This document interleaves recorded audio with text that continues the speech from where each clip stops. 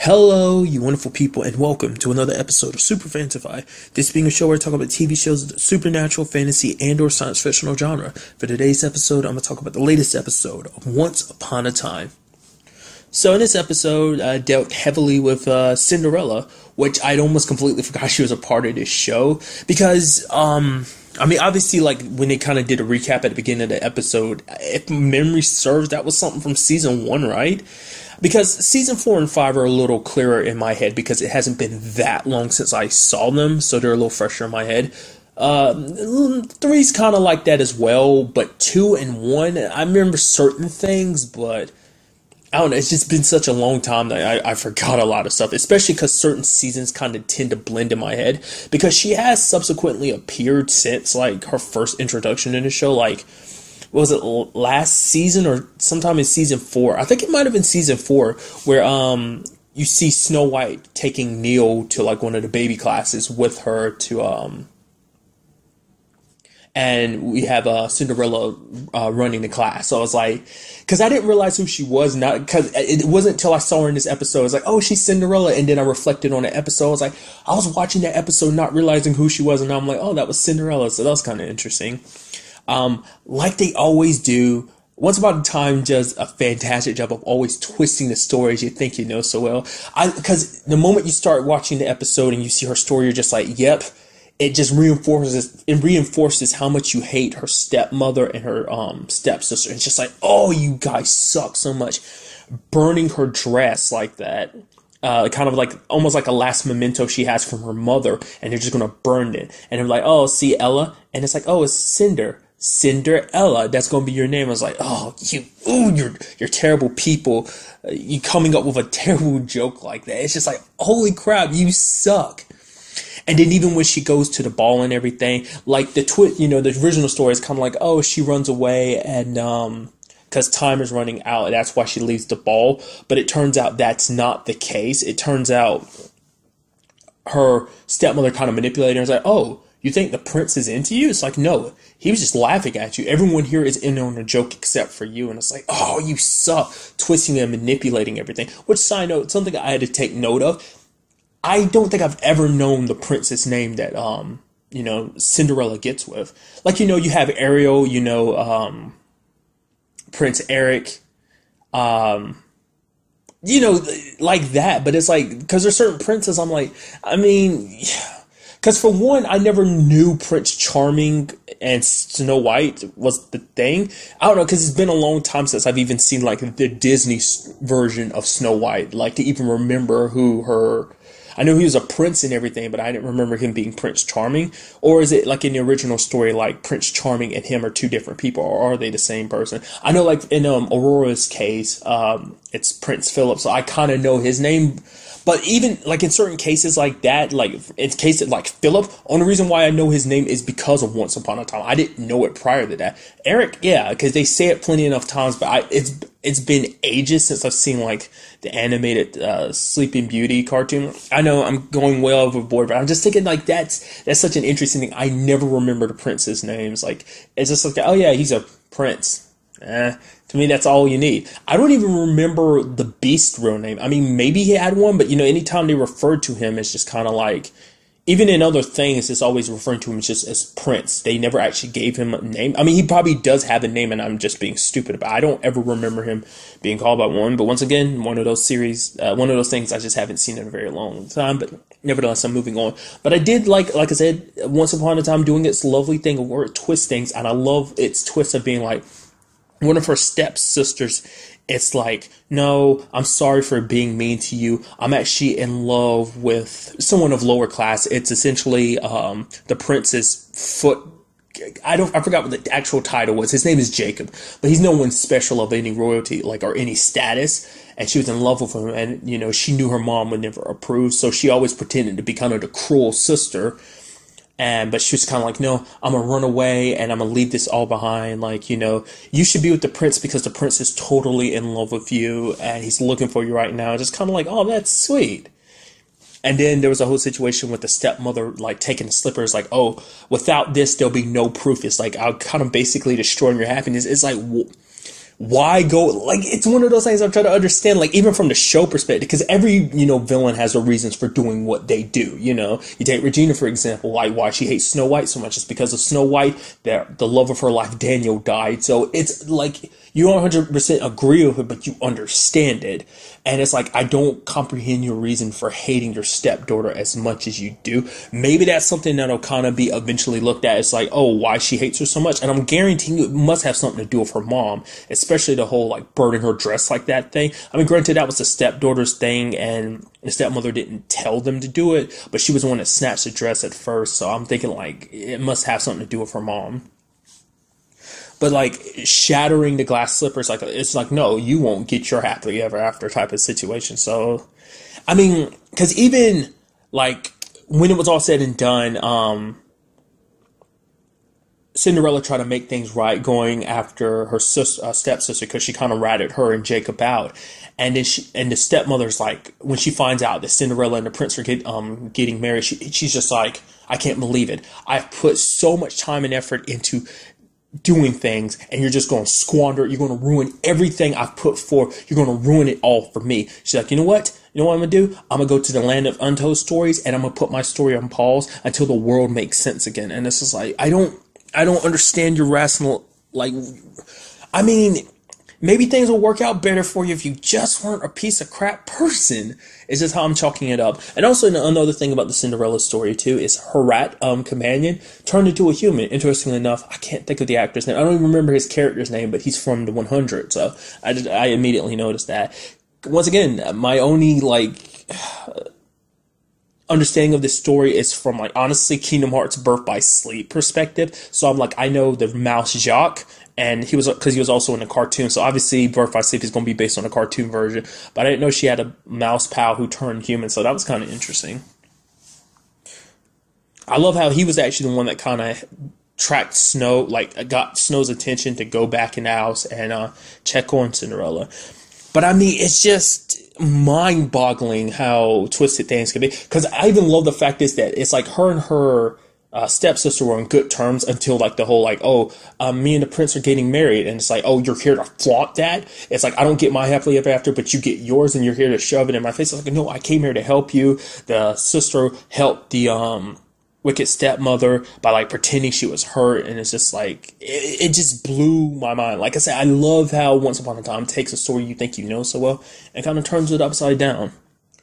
Another thing I'm liking about this season is, like, Archie, Jiminy Cricket, he pops in every once in a while. He's like one of those characters that pops in every once in a while, but we've seen him pretty frequently so far in the season, so I'm thinking, like, he's going to be a pretty decent regular in this season, especially because he's helping Emma deal with her issues, which is so interesting. It's like, oh, you're seeing the savior go to therapy. That's so interesting. And he also, because it was Leroy Grumpy's session, and he brought up, was it Dopey? He was like, yeah, we got Dopey out of the tree, which I almost like, all right, he got turned into a tree. Was it last season? Like I said, everything blends together. I remember he crossed the line and got turned back into a tree, and I do remember that was never answered again, and it's just kind of like, yeah, we got him out a couple weeks ago. Yeah, we couldn't sit around and wait for you to do something about it. So that was kind of interesting. It's like, I love, for one, there's always something happening to at least one of them. Just because, like I said, they're always kind of like, well, stuff is going wrong. Well, one of us has got to test something out. And it's like, okay, rock, paper, scissors on who gets to go. And it's Dopey. I'm trying to remember, is everything that's ever bad happened to the dwarves been Dopey, or has it been other people too? I know one of them ended up dying. I think that was back in the Enchanted Forest, though. Because I think they ended up running into him. Yeah, definitely in the underworld back in season 5. Particularly the second half of season 5. But nonetheless, and also, I'm stumbling on my words. Another thing, it's something I find interesting. It's just kind of what I do. I never really refer to people by their actual names. For instance, you take David / Prince Charming. More often than not, I'll refer to him as Prince Charming. Every once in a while, I might kind of switch up and call him David, just because his true name isn't Prince Charming. His real name is David. And the only one that really calls him, I mean, really the name came about because Snow started calling him that, and everyone kind of took that as like, oh, that's his actual name. But it's like, no, his real name is David. Because most other people, like, their names are like, oh, they're storybook names. For example, you take Snow White, her storybook name is Mary Margaret, and it's like, I never refer to her as Mary Margaret. I always call her Snow. Just like Archie, like, it's weird for me to call him by his name because I'm always going to refer to as Jiminy Cricket.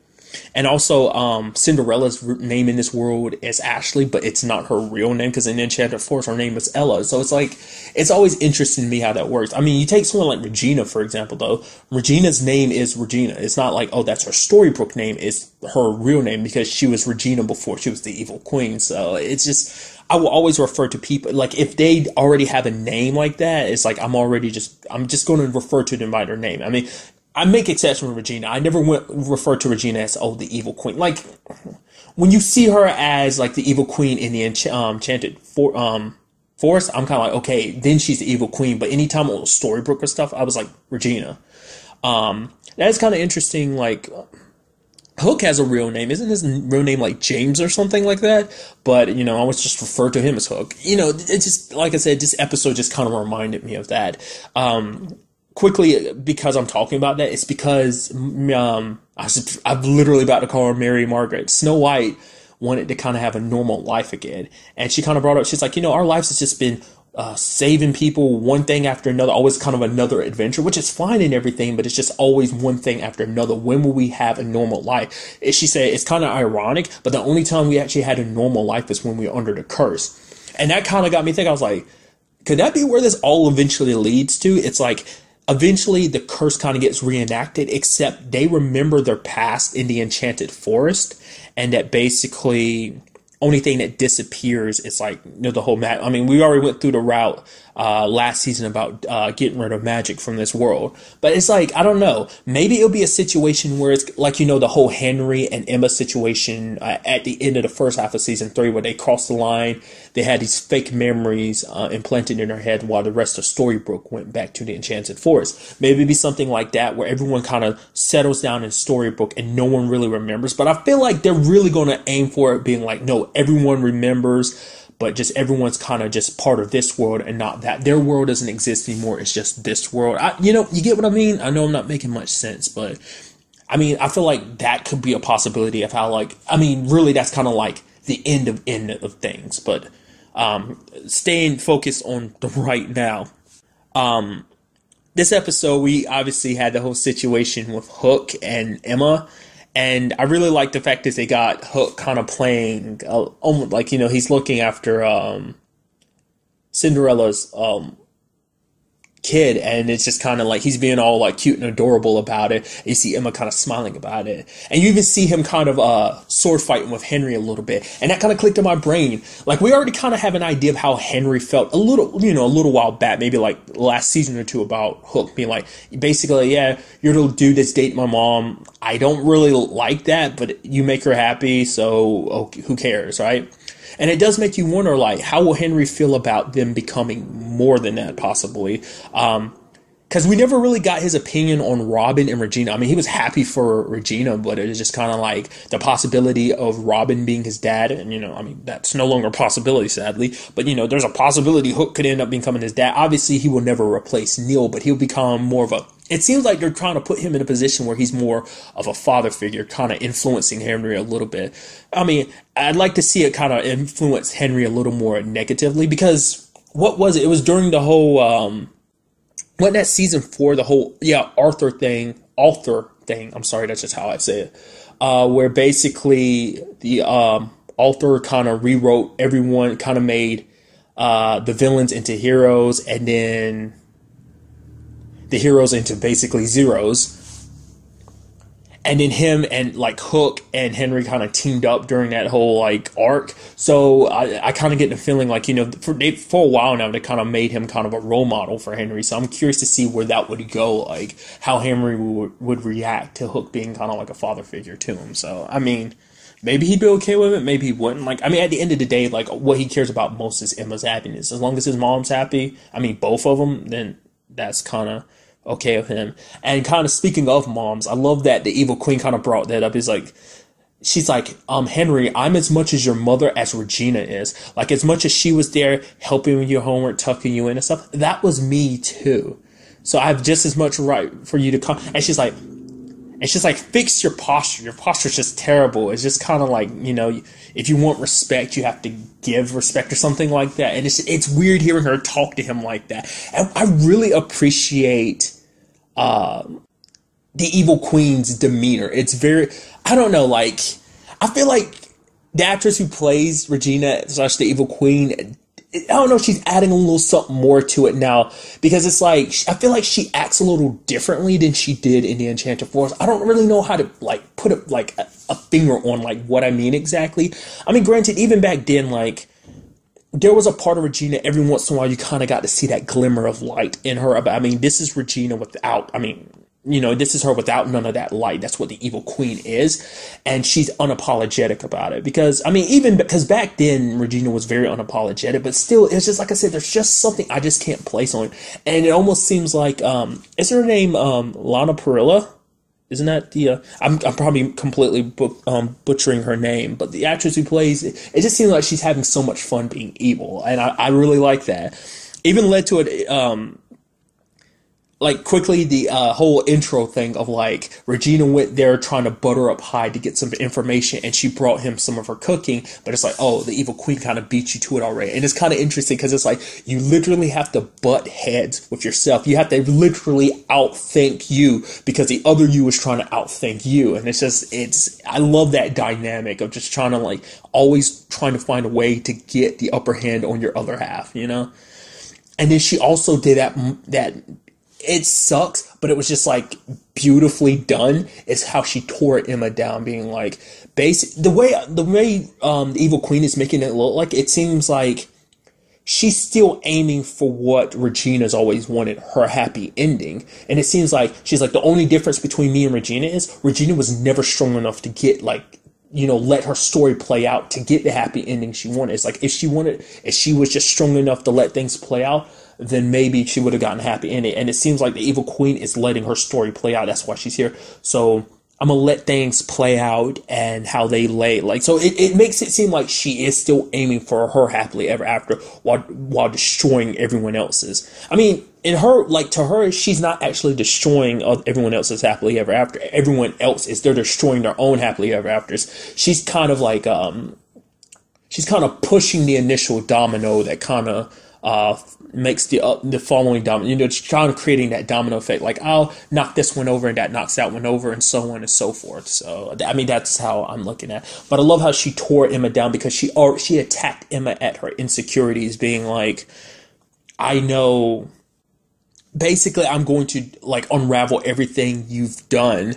That basically, when it's all said and done, I'm going to make sure that everyone kind of sees you for the nothing that you are. Because without the title of the savior, you are nothing. And it's like, we've seen that Emma's been struggling with that this entire time. And it's just like, the evil queen sees through her, and it's just like, getting at her. Which also makes me wonder, could she have also gotten that information from Hyde? The reason why she's able to aim that so precisely. Or maybe it's just because the evil queen is the way she is. She knows how to break someone's heart and break their spirit, you know?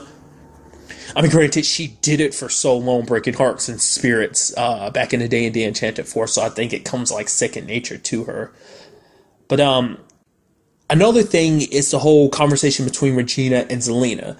Regina's like, you can't keep that rattle. And Zelena's like, it's from our mother.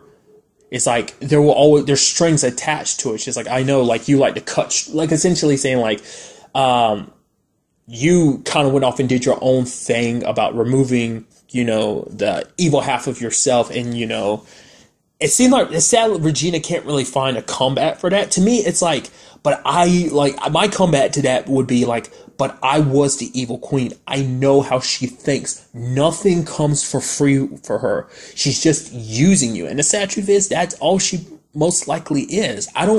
Because the evil queen isn't attached to anybody. Because let's not forget how Regina activated the curse in the first place. She used the heart of someone she cared about. She killed her own father to enact the curse.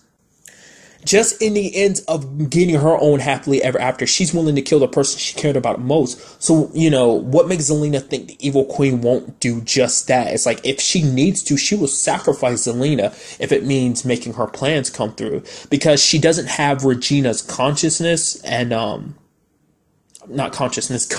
sorry. And kind of that little bit of light to kind of balance it out. So, I mean, that's how I chalk that up. I mean, that's how I read into the situation. But I'm taking it back a little bit, because I didn't really talk about it as much as I want to. It was Emma, like, she kind of said an interesting thing to this episode. Obviously, it's the thing of, like, she's been so focused on, helping everyone else get their happy endings. And it's like, now I have nothing. I don't even have an ending. Like, she has been very reserved about telling everyone the truth about the visions and everything. She still hasn't told her parents. She hasn't even told Regina. She hasn't told Henry. She hasn't told even Hook. Because to her, like, her reasoning for not taking the step forward, obviously, like, taking the step forward isn't the easiest thing for Emma, which I can understand, because I kind of, in my own way, have my own walls, without getting too personal and everything, but I kind of have a tendency to kind of build up walls and stuff like that around myself, to kind of, like, I kind of push people away that I care about, so I understand that mentality.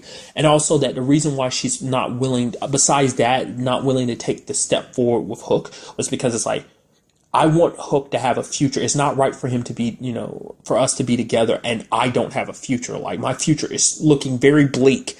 I know what my future holds. And once again, the downside of knowing the future, because you just, like, everything that happens, you just kind of question everything. And it's just like, Emma's biggest problem right now is the fact is that she's questioning herself, questioning her purpose, questioning who she is, and now even questioning her future, because it's like, what can I do to change that, when she's been told there's no way to change it? Things will unfold the way they're supposed to. And obviously, as you can see, we're not getting the full picture, but I still think, obviously, I'm still going to say, like, the fact is there is a lot she's probably missing, because we've only seen the sword go into her. We don't know what happens after that, whether she actually died or not. That could only, it could be what could be considered the beginning of the end of her story, and there could be something else. Hell, most likely much worse waiting beyond that. So, I mean, that's just me being pessimistic and whatnot. So, but ultimately, Emma kind of took a step forward in this episode when she told Hook, it's like, nope, move in with me. He's like, wait, what? She's like, yeah, move in with me. The future is very uncertain, but that shouldn't stop me from doing essentially things that she wants, and which is a beautiful thing. Like I said, I want to see where that goes. Like, to me, that's like one of those relationships in the show I'm like so giddy about. It's just like Emma and Captain Hook. Who saw that coming? I mean, obviously, some people see out here and there, because it's like, as you saw time go on, it's like, yeah, obviously, like, there was something there. Especially when, during the second half of season 3, he was the one that came to kind of tell her, like, oh yeah, fake memories, storybook, fairy tales, all real. Like, he was the one that was there to kind of break the news to her. So it's kind of like, it seemed like the path was already paid for him to be in her life. And it's just kind of, they were very flirtatious here and there, just like, Emma was always kind of reserved to kind of like make them like kind of reciprocate any kind of flirtation he may like, thrown her way, just because it's like the whole Neil situation. It's like, the father of my son and like, my ex-boyfriend, who I was kind of mending fences with, kind of were getting close together again, and died. So it's just kind of like a weird area, but they got into where they are now, and it's very, it's very interesting. And I'm just curious to see where that will go, especially because Emma's still keeping secrets, though, like, not telling everything. But, Hook does realize something's wrong because her hands are still shaking, or her hand is still shaking.